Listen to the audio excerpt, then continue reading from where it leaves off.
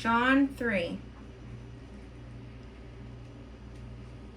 There was a Pharisee named Nicodemus, a Jewish leader. He came to Jesus at night and said to him, "Rabbi, we know that you are a teacher who has come from God, for no one could do these miraculous signs that you do unless God is with him."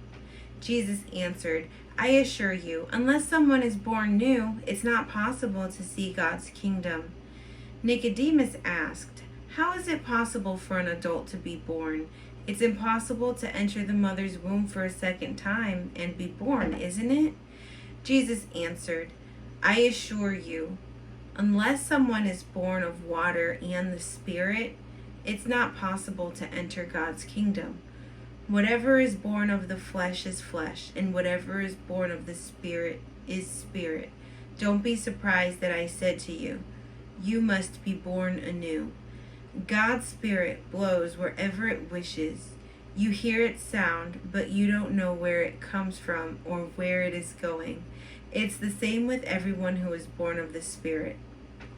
Nicodemus said, "How are these things possible?"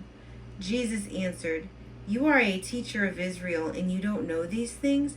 I assure you that we speak about what we know and testify about what we have seen, but you don't receive our testimony.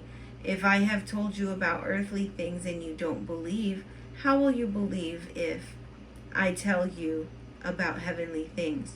No one has gone up to heaven except the one who came down from heaven, the human one.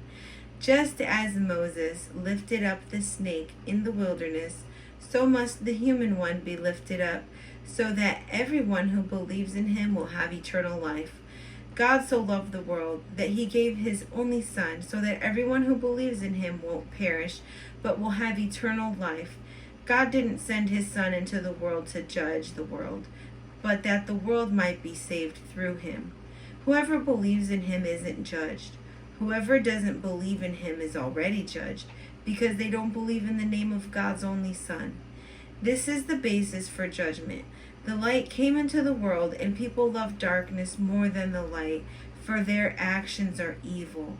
All who do wicked things hate the light and don't come to the light for fear that their actions will be exposed to the light. Whoever does the truth comes to the light so that it can be seen that their actions were done in God." After this, Jesus and his disciples went into Judea, where he spent some time with them and was baptizing. John was baptizing at Aenon near Salem because there was a lot of water there, and people were coming to him and being baptized. John hadn't yet been thrown into prison. A debate started between John's disciples and a certain Jew about cleansing rituals.